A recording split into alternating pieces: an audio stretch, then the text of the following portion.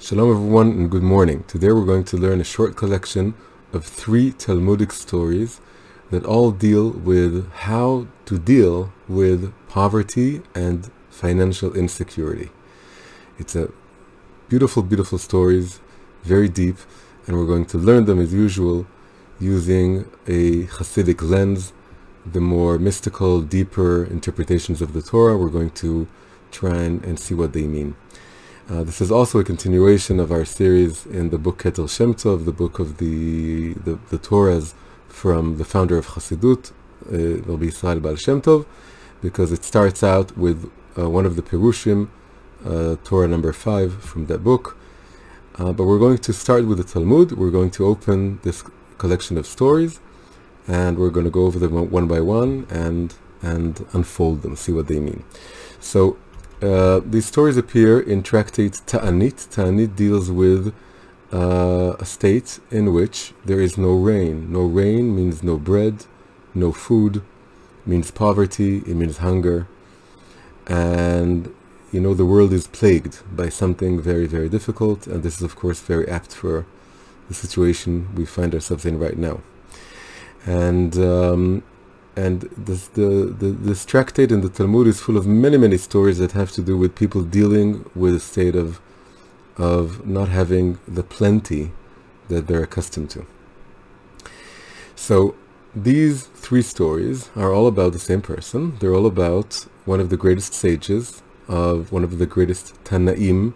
These are the earlier generations of the Jewish sages. And his name was Rabbi Hanina ben Dosa. Hanina ben Dosa.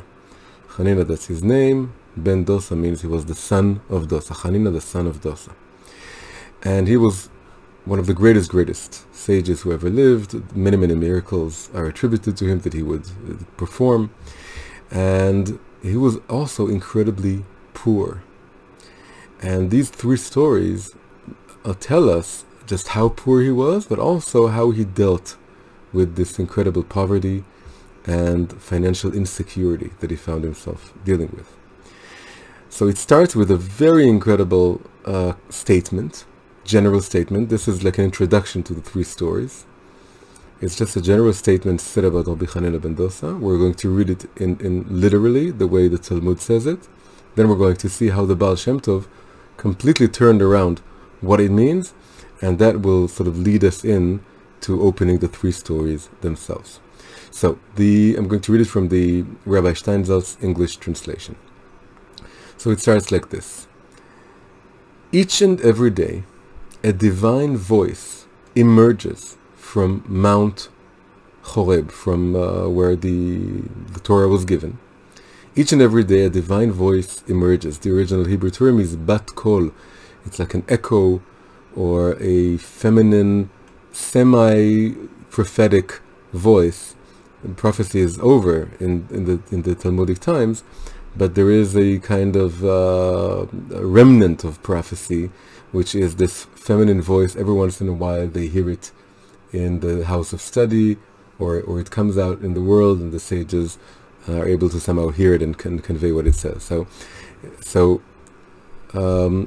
one of the rabbis says that each and every day this voice emerges and says the following: the entire world is sustained by the merit of my son Hanina. My son Hanina, he's the reason that the entire world exists. You think that the world exists for all the different people, for whatever it is that exists in the world. We don't understand anything about this world. Sometimes this whole world could exist just for the sake of one person, serving Hashem in some incredible way, or doing what he does. Again, that's the simpler reading, where the Baal Shem Tov is going to turn it upside down. But the simpler reading is that the entire world is nourished. That's the precise term. The entire world is nourished or sustained by the merit, for the sake of, my son Hanina. But my son Hanina, he himself suffices in just a modicum of carobs from one Shabbat Eve to the next Shabbat Eve. When I say modicum, the Talmud says a very particular term, which is kav. Kav is about somewhere between a liter, 1.3 liters or 2 liters. So you can imagine like one of these plastic bottles that are a liter and a half or 2 liters, full of carobs, those very dry, brown fruit that exist in Eretz Yisrael, the land of Israel.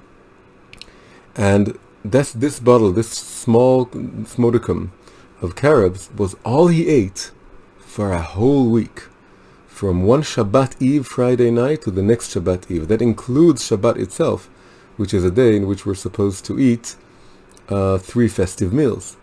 So all week long, he would just eat this kav, this modicum of carobs. And the entire world is nourished for his sake. But he himself only needs this. So the world is full of amazing plenty, but the whole world is sustained by this one person, and this one person requires very, very little to get by. So that's the first sentence or introduction to the stories that we're told. But before we go into the stories, we have to see how the Baal Shem Tov flipped it on its head and made it something that, when we read something like this, we feel completely meaningless, right? We feel, well, the whole world is sustained just for one person, then what am I? Am I just an instrument, just part of the scenery, just part of the background, just part of the big engine that's driving this world for this one tzaddik to exist somewhere? And I feel so ashamed that he eats so little, but I require more. So now the Baal Shem Tov comes and says something like this. He takes the word, which in Hebrew stands for the sake of, right? The sentence began, the entire world is nourished for the sake of Hanina, my son. The word in Hebrew for the sake of is bishvil. Bishvil, we use it in Hebrew all the time. Bishvil means for someone. I'm doing this bishvilo, bishvila, for him, for her. This is for you, bishvilchem. Bishvil means for you, for someone. But bishvil, very literally, when you open up the word, it means in the path of. Shvil is path or channel or a road. Bishvil means in the path of. So now the Baal Shem Tov reads it in an incredibly new way. He says, Kol ha'olam kulo, I'm going to read it in Hebrew. Kol ha'olam kulo, the entire world, nizon, is nourished. Now, instead of for the sake of Hanina, my son, through the path of Hanina, my son. So what does this mean? It means that every tzaddik, every righteous, holy man, when he serves Hashem, he creates a spiritual channel, a spiritual path leading from him to God, to the heavens. And he creates this channel. He works very hard, and he sort of breaks through and creates a spiritual channel of energy, or a conduit of energy, that is able to lead energy up and down the world. His prayers go up this channel, and then whatever the Hashem wants to give in his merit to the world, it comes down through this channel, so to speak. So now the Baal Shem Tov is turning this all around. It's not that the world, well, that's still the literal meaning, but now, according to this new interpretation, it's not that the world is all nourished just for the sake that Rabbi Hanina would live and do what he does. Is that the whole world is nourished. We're the ends to this means. We're the Hashem and the Baal Shem Tov. They want the world now becomes the more important thing, not just something that exists only for Hanina, but everything we have comes down to this world through the path that Rabbi Hanina ben Dosa has been able to create. So the entire world is nourished through the path of Rabbi Hanina, my son. And Rabbi Hanina, my son, this remains the same, suffices in this modicum of carobs. Meaning, this is a beautiful, beautiful image for the Kabbalistic idea, which means that the entire world, the entire universe, starts out with like a point, like a dot for God, for Hashem. Hashem creates picks a tiny point in the infinite, in His infinite light, and then He sort of opens it up and creates the space for the world, and then the light of God that enters the world goes through a thread of light.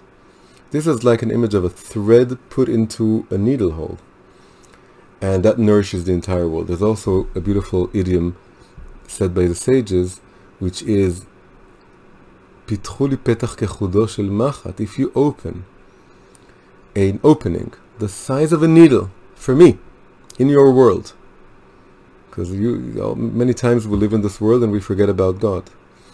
But we need to open just a crack, just a tiny crack, just a needle hole. If you open up a needle hole, for me, I will open up a huge hall for you, a kingly palace-size hall. Pitchu li petach kechudo shel machat. Open for me an opening the size of a needle hole. Ve'eftach lachem petach kepitcho shel ulam. And I will open for you an immense gate that leads into a huge hallway. So this connects really beautifully to this story. There's this whole world is nourished, but it's nourished through a very tiny path that is created with this through this sage Rabbi Hanina, who suffices in just a modicum of carobs. We should also say that the word carob is actually a Hebrew word. The word carob, this fruit, it comes from the Hebrew word charuv, and charuv means dry. It's just a dry fruit, but it also is the root of destruction. And because when something is destroyed, it's completely dry. And chorban, the dry waters of the splitting of the sea were called chareva, dry land. And the idea is that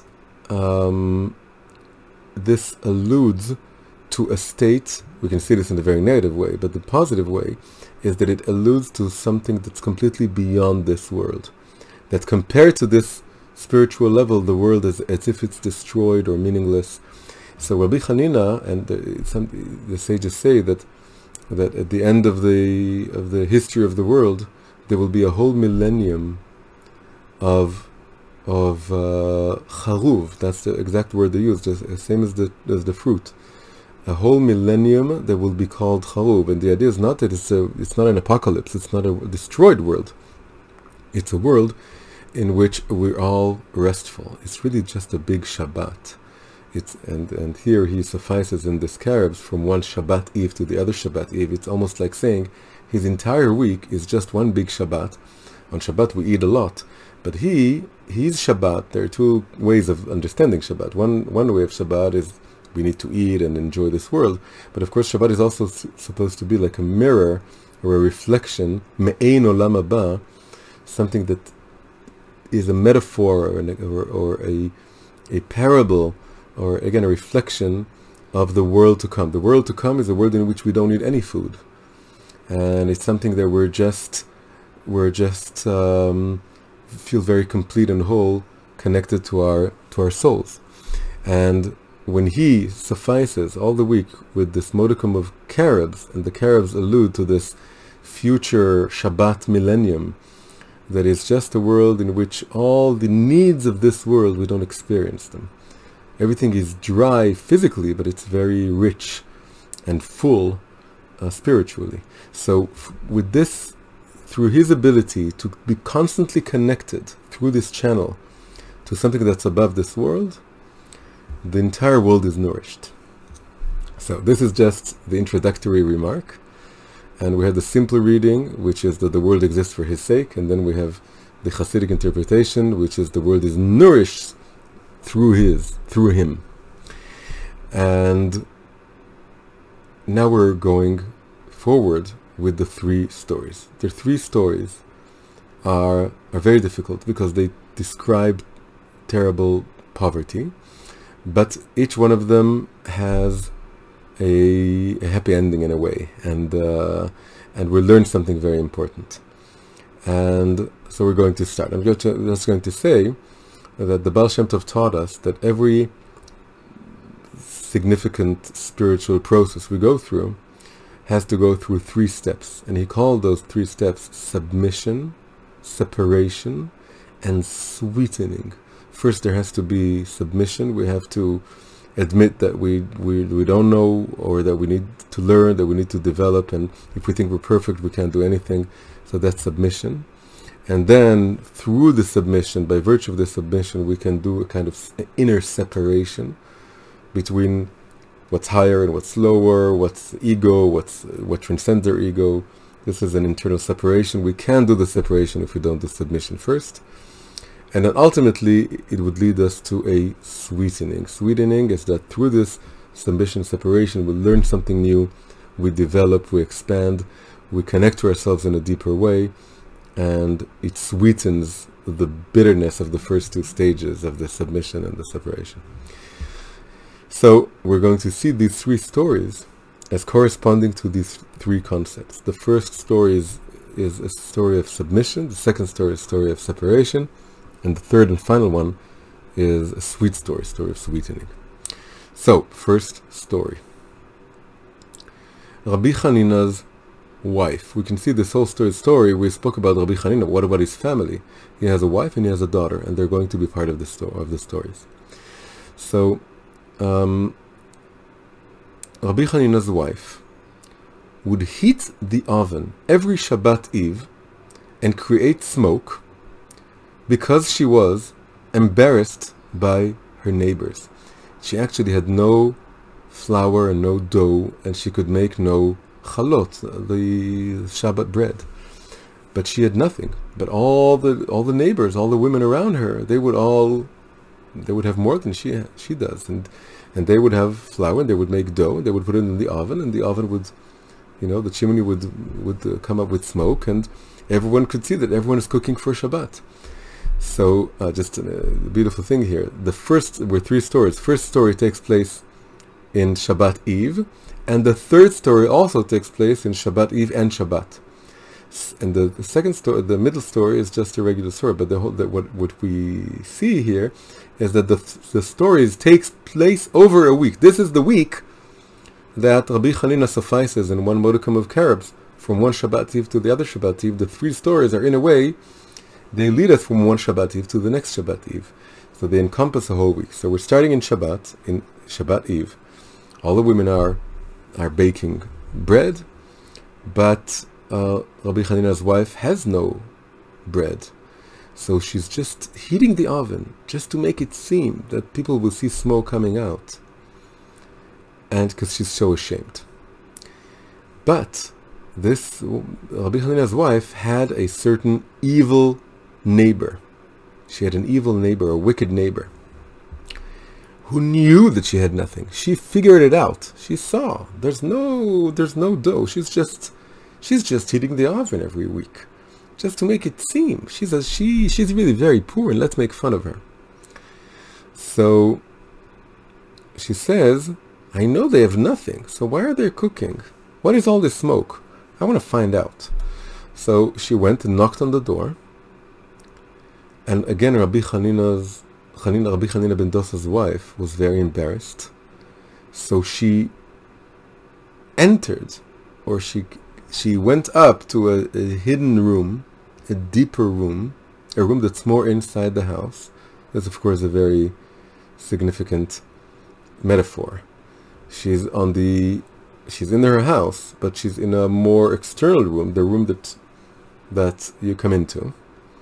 And the moment this wicked neighbor enters, then, again, we're told she feels ashamed, but it makes her go into an inner chamber. And then a miracle happened. A miracle was performed for her. The neighbor came in, right? The wife came into the inner chamber. The neighbor came in and she saw the oven. And the oven, lo and behold, was filled with bread that wasn't there before. And the kneading basin, which is right, the platform in the bottom, was filled with dough. And then she called to Rabbi Hanina's wife, and she said, "Quick, quick, bring a shovel.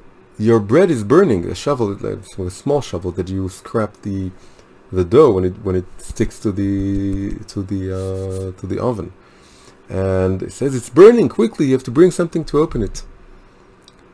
And then Rabbi Hanina ben Dosa's wife said, "Yes, that's the reason I came into the other room. That's what I was just about to bring this." And then the Talmud tells us she wasn't lying. She really did go into that room to take that, shovel or scalpel or whatever it is, to scrap off the dough, because she was accustomed to miracles. That's the first story.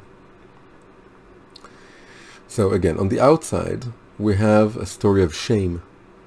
We have Rabbi Hanina ben Dosa, who feels very ashamed. She's thinking about what would the neighbors say. And the neighbors are outside, and she's just faking it. And she's ashamed of admitting, we're poor. We don't have any bread. We don't have any dough. And that's what Hashem gave to us, and that's it.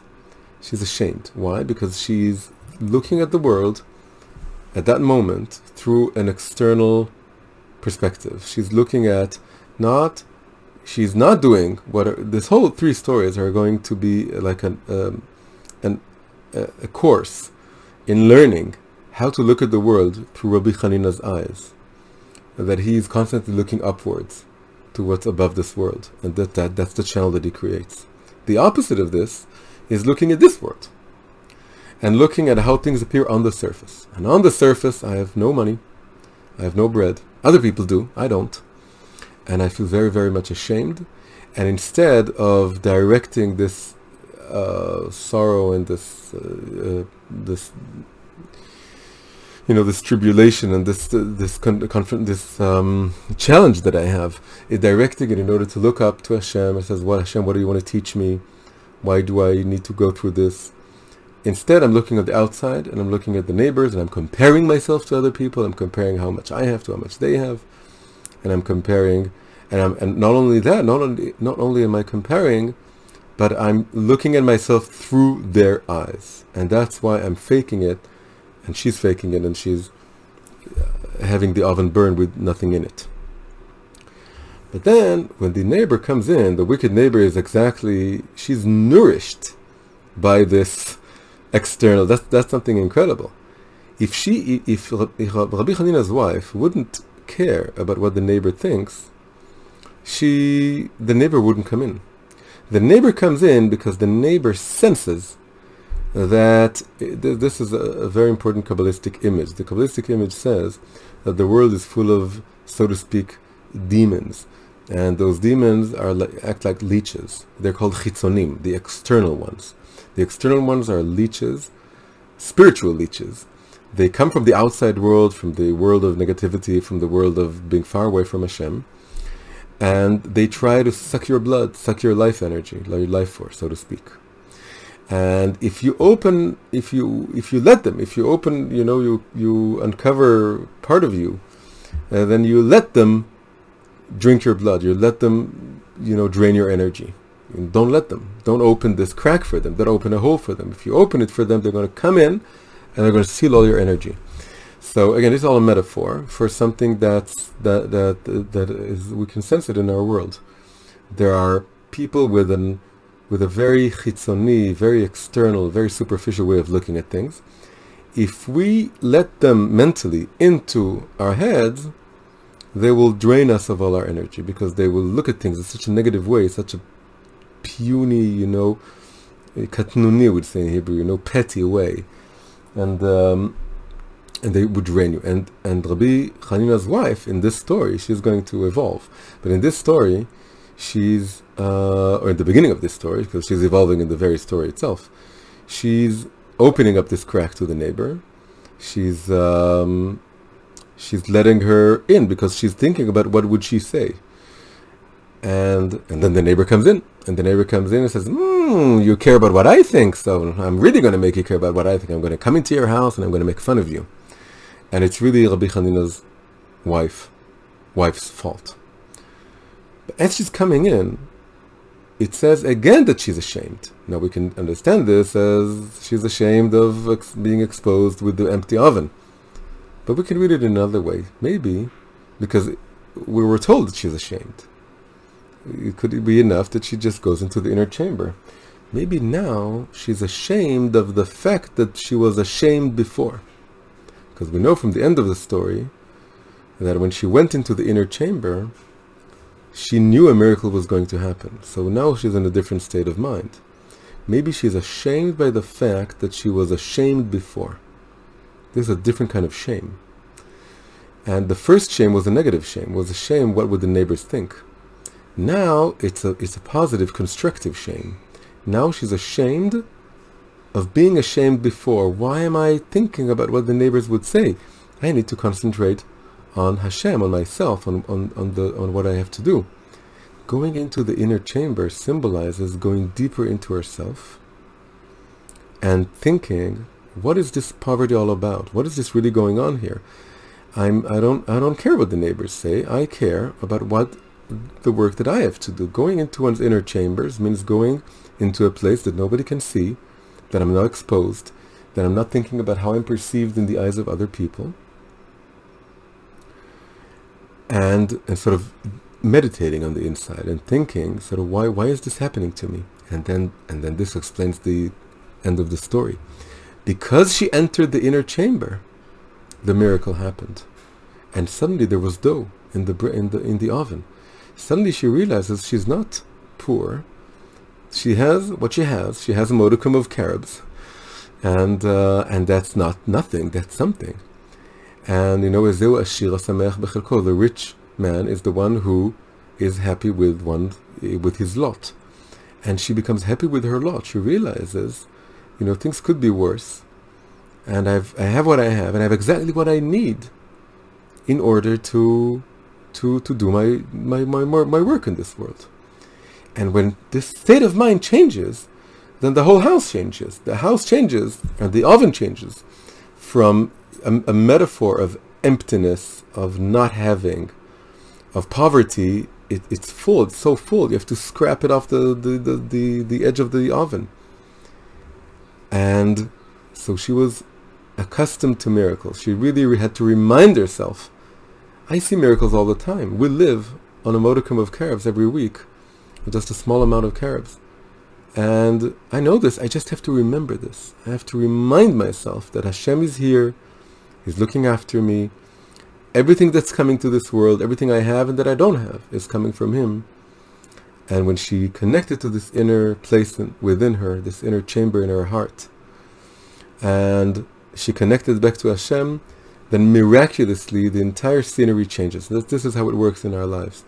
When we change our perspective, when we think again, when we're depressed and we think about what other people think, when we're far away from God, when we're experiencing this world in a superficial way, if we change perspective and we go back to the source, that this world is just, it's playing out a different kind of story. The story is a story of our souls that are coming to this world to pass trials and to do their work and to constantly remember where they came from and why they're here. And when you change that, then everything becomes from negative to positive. It becomes, you're not empty, you're full. You have exactly what you need to do your work in this world. So this is what changed. And this is a story of submission, because entering the inner chamber was an act of submission. She had to push down this part of her that wanted to experience things from the outside, connect to her inner heart, her inner chamber, and that's submission. Through this submission, there was already in the very story a sweetening, right? It's a story of submission, but there's already a sweetening. The sweetening in the third story is greater, but is there? Well, in a way, but there's already sweetening in this stage when the house is full of bread, the oven is full of bread. So that's the first story. Second story, again about the wife. Rabbi Hanina's wife said to him, "Until when will we continue to suffer this terrible poverty? Until when? How long can we take this? It's so horrible. We're hungry, and how can we take this?" right? If we're reading the three stories, it's taking over a whole week. So that was one Shabbat Eve, and then there was Shabbat. Shabbat ended. Now it's somewhere in the middle of the week. And again, she's overwhelmed by this poverty, right? It doesn't change. Every day you have to deal with this again. So he says to her, what can we do? What do you want me to do? So she says, you're a tzaddik. Pray for mercy. Pray that something will be given to you. You're a tzaddik. You have a lot of spiritual strength. You can influence Hashem. Your prayers are not like other people's prayers. When you ask for something, it will be answered. Ask that we will be given something. So he says, okay, my wife. He's a good husband. He listens to his wife. And he prays. And then a miracle, unbelievable miracle happens. Out of thin air, a hand emerges. It's like an angelic hand, a messenger from heaven, holding a leg of a table made out of pure gold. It's a whole leg. There's a golden table, and a whole leg, which is quite a substantial amount of gold, was removed from that table, and now this miraculous supernatural hand is coming out of thin air and giving them this whole leg, table leg, made of solid gold. Amazing. They take it, and we can imagine, we're not told, the stories are very, very short, right? It's very terse. They must be overjoyed, and the wife is probably planning on the very next day to take it to the gold merchant to sell it. They would have a lot of money. Probably would last them maybe for a lifetime, maybe for who knows. But that night, she has a dream. What does she dream of? She dreams that she sees the world to come, the world of souls, the world that we are going to go to after we die.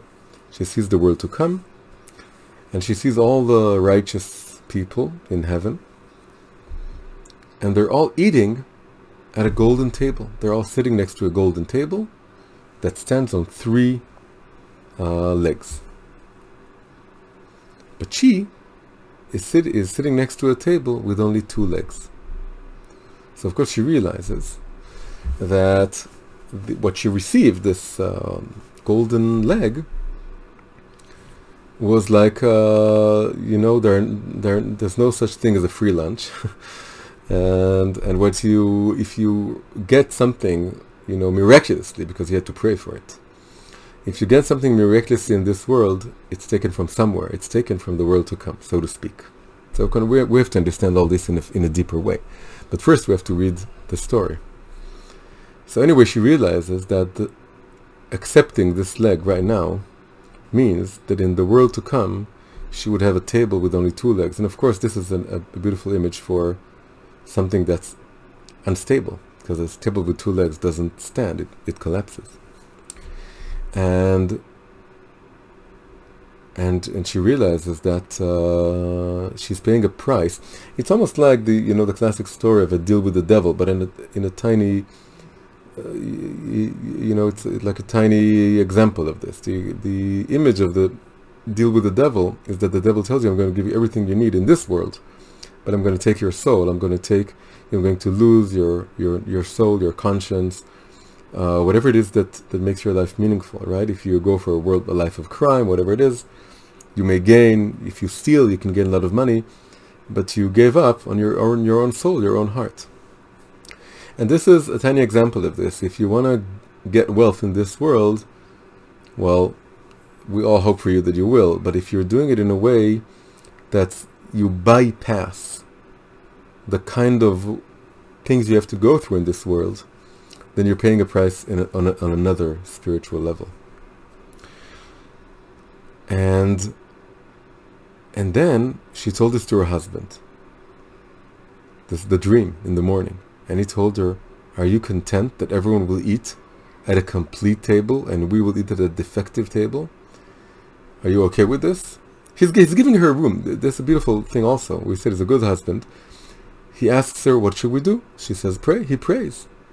Then they get the miracle. She tells him the dream. And he tells her, it's up to you. You have to make a decision. It's not just in the dream, it was her sitting next to the table, but it's really her and him. They're together. They're together. They're one soul. So he says, are you okay with this? That we're going to have a defective table, a table that's lacking in the world to come? The world to come, by the way, we have to understand this. We're not just talking about the future. That's when we think about the world to come as a future state of affairs, or where neshamas are going to be when we ascend to heaven, that's a very superficial way of looking at it. A deeper way is saying that the world to come is the spiritual world that exists right now above this world, right? It's higher than this world. And it's where our souls are right now.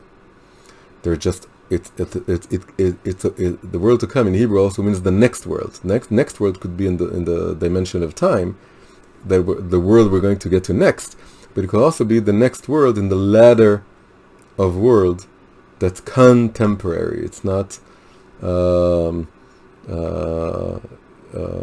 the word? Yeah, anyway, it's not in the future, but it's right now on a higher level. So I think the expression in Greek is diachronic and synchronic, right? Diachronic is in the future and synchronic is right now. Anyway, so he says, are you okay with this? Because you were paying a price on a higher level in the future and on a higher level. And she says, well, no, but what can we do? It's too late. We lost the leg. And now it's here. And then she says, pray again that it will be taken from us. So he prayed again, and the hand came out of thin air again and took it and brought it back to the table in the world to come. And then, again, in the end of the last story, a sage came in and said, she knew the miracle would happen. He explains the story. He knew the miracle would happen. That's what she came, and she wasn't lying. Again, a sage comes in at the end of the second story and says something amazing. He says, the last miracle was greater than the first. Because we have a tradition that when Hashem gives something, He never takes it back. So we should know that the second miracle was greater than the first. End of second story. How can we understand this story in a deeper way?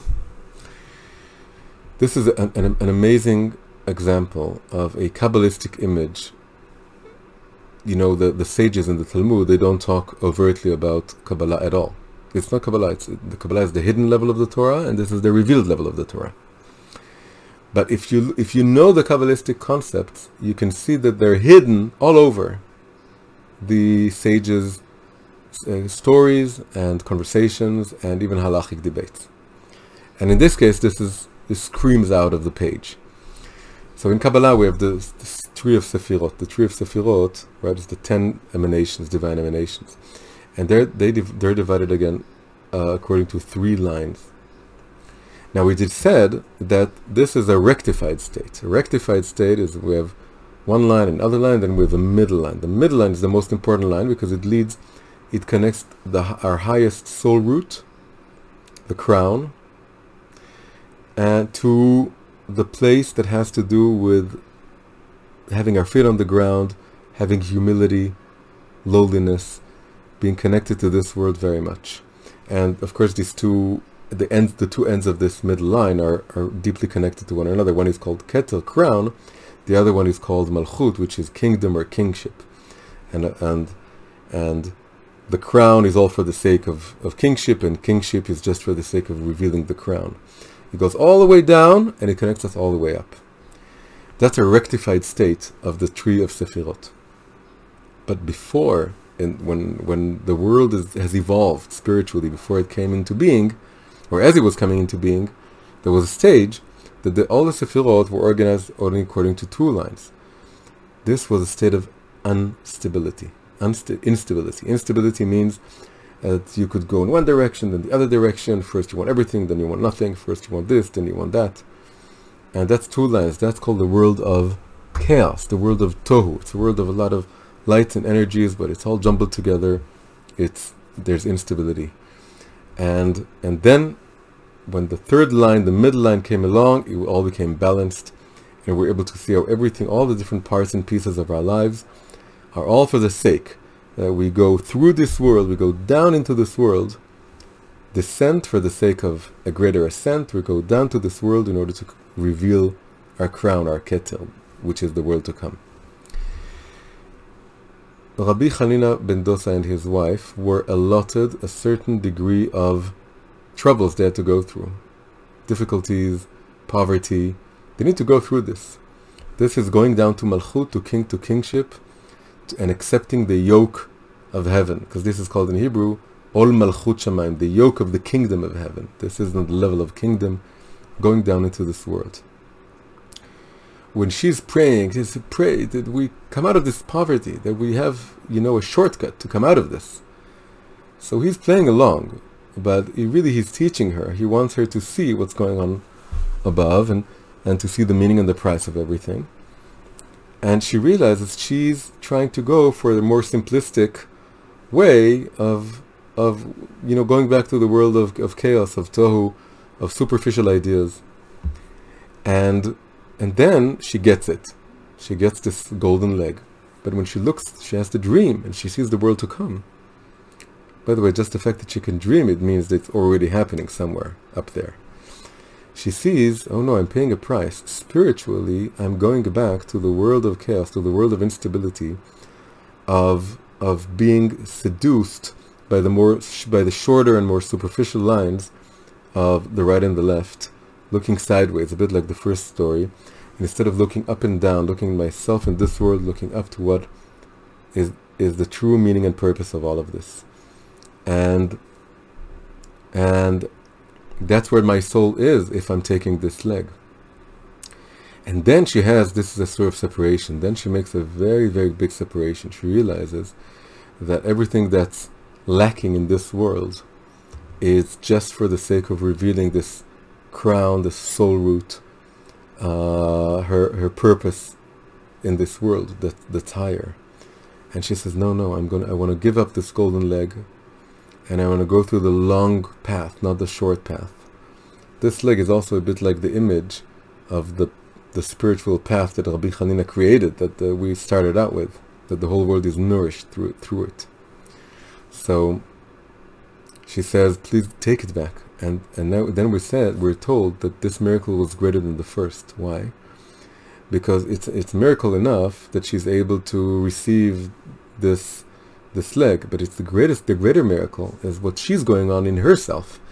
When she's making the separation, realizing that everything we're going through in this world is just we have a three-legged table.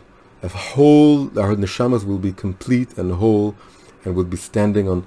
There would all the different aspects to it, and we would see the world complete, because we would see, when you look from heavens and you see the world like from the bird's eye point of view, you can see, like when you look at a maze from the heavens, and you can see all the different dead ends and mistakes and things that you did in life, how they were all for the sake of coming out of the maze on the other end.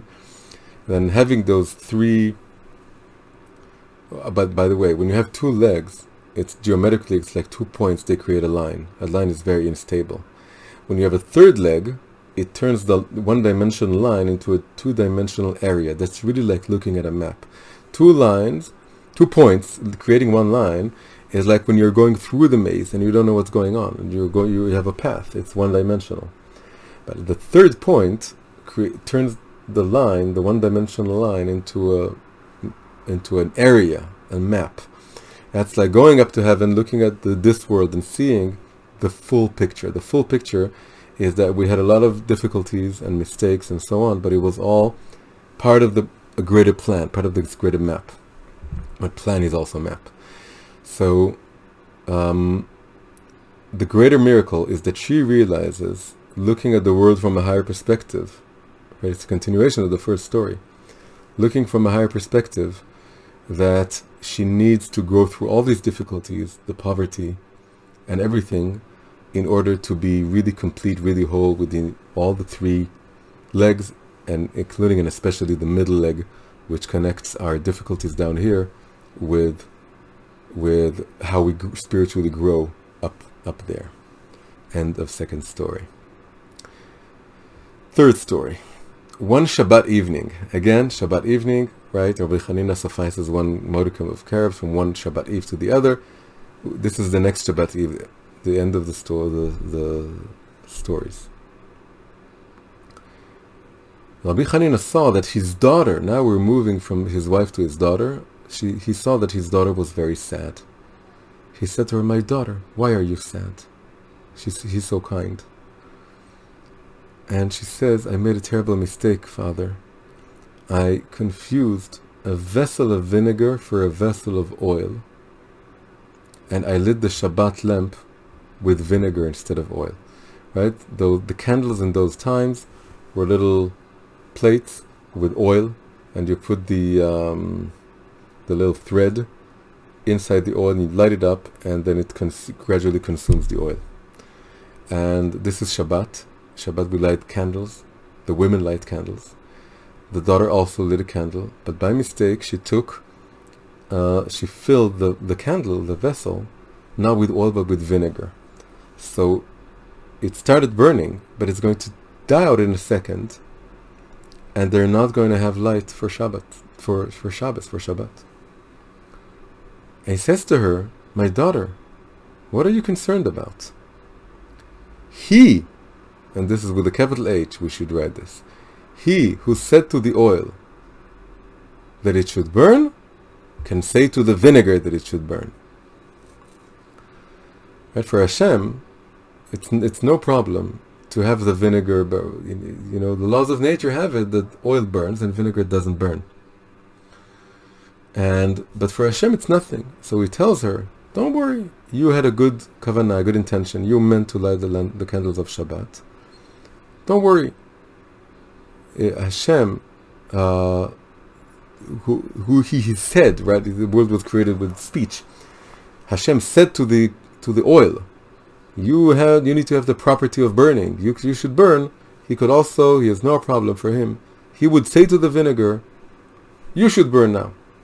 And just like in the other two stories, a sage comes in, sort of enters the stage, and finishes the story, and he says that candle of vinegar burned for the entire Shabbat. That doesn't even happen with oil. It burned, and all of the way until Motzei Shabbat, till the end of Shabbat. So much so that when Motzei Shabbat came and they needed to light the Havdalah candle, the candle we use to separate the Shabbat to enter the new week, they took the flame from that vinegar candle. End of third story. Now, on the surface, it's not a story of poverty. It's just another story about Rabbi Hanina ben Dosa. But really, it is because why was the daughter confused? How did she make this mistake? So it's very clear that they live in a state of poverty, and they're distressed and they're anxious. And when you're anxious, you make mistakes. Also, maybe subconsciously, she was afraid. Right? Oil costs much more than vinegar. And maybe she was afraid that their oil is going to run out. And subconsciously she took the vinegar. And of course she regretted it immediately because it means no light. But maybe it was easier to take the vinegar than more vinegar. And subconsciously, you're afraid of touching the oil because it's so precious. And you want to touch it as little as possible. But now they have no light. Now it's a story not about food. It's a story about light. They're afraid they're going to sit in the dark all Shabbat. And in this story, he tells her, now this is really him teaching the family to finally completely let go of looking at the world through, again, earthly lens. And he tells them, you need to go back to Hashem. Hashem, when you look at this world, it's very stable on the surface. It has the laws of nature are what they are. But through my channel, the channel that I sustain with the modicum of carobs, the channel through which the entire world is nourished, this is the opening up the needle-size hole to look at Hashem. And Hashem can change everything around, turn everything around in one instant. And He can give us light through anything. You can find light in anything. You think light is only in oil? Now again, we should say this, that oil and vinegar, right? Oil means shemen. Shemen is very much connected to the word neshama, which means soul. Oil is traditionally a metaphor for the deepest of wisdoms. Razin de razin, the secrets within the secrets. It's the highest wisdom, of the soul, of the neshama. It has to do with, of course, with Hanukkah and the miracle of the oil. And that oil is like wisdom. That's where we see and understand things, and we have light in our heads, in our eyes. Our eyes are lit up through oil, through the wisdom of oil. Chometz means vinegar, is chometz in Hebrew, and it means sour. That's the meaning of the word. It's a sour liquid. And the idea is that that's where I don't have wisdom. That's where things are soured, when things are not understood, when I want to spit them out, I don't understand anything. And he tells her, everything has light within it. Anything can light up. It's up to you. You think there's light where you have oil and where you have understanding. But where it's sour, there's no light. Flip it around. Wake up. There's light everywhere. Hashem is all infinite light. And he covered himself up, and now there's light only in certain places, not in other places. But that's kind of, I wouldn't say illusion, but that's how it seems on the surface. But on a deeper level, everything is made up of light. Everything can be lit up if you look for the light. So there's light in the mistakes, and there's light in the vinegar, and there's light in the poverty, and there's light in the coronavirus plague going into this world. You have to look for it. And we can say that the fact that there's this something interesting in looking at the three stories. First story was just about the wife. Rabbi Hanina was not to be found. Second story, the wife is there and Rabbi Hanina is there, and sort of helping her, coaching her to look at the world through a different way. And then in the third story, the wife disappears. Rabbi Hanina is front and center, but also the daughter. The daughter is a combination of the father and the mother. And the idea is this. The idea is that Rabbi Hanina is looking at the world from the perspective of the world to come. He's looking at the world, he's constantly connected to God and to faith. His wife represents the opposite perspective, the perspective of this world. It starts out with what the neighbors would think, and that's how she looks at the world. But he's going down for the sake of his wife and his daughter. She's going up, gradually learning to look at the world right through like the middle line of the sfirot, the leg of the wooden leg, the golden leg that she learned through. And so there's his perspective, which is increasing as the stories unfold, because he's not in the first story. He enters in the second one, and he has the last line in the third one. And his perspective is becoming bigger. The wife's perspective is going upwards and receding. And then the final story also has the daughter, which is really a combination of these two lines. In a way, it's the three lines of the Sfirot, that he brings the line that goes from top down, and that's that's the right-hand line, and the wife brings in the second line, which is going from this world, moving upwards, and then the daughter combines, she's the mutual fruit of the two parents, she combines them together, and that turns vinegar into oil, that turns darkness into light. And this is the story of sweetening. Everything is sweetened if you realize that in every negative, dark place, you just need to look for the light. You have to recite this line. He who said to the oil, burn, would say to the vinegar, burn. Say this, go with this, and it all ends, the three stories ends with the fact that we're coming out of the second Shabbat into the new week, and they have light for the Havdalah using this vinegar candle. It lights up the entire next week. It changes the future. So these are the three stories about how to deal with poverty and financial insecurity and general insecurity. I hope you enjoyed this, and please, if you like this shiur, please like the video, press like, and press subscribe. It really helps the channel. And may you all have a great Shabbat, and I'll see you tomorrow.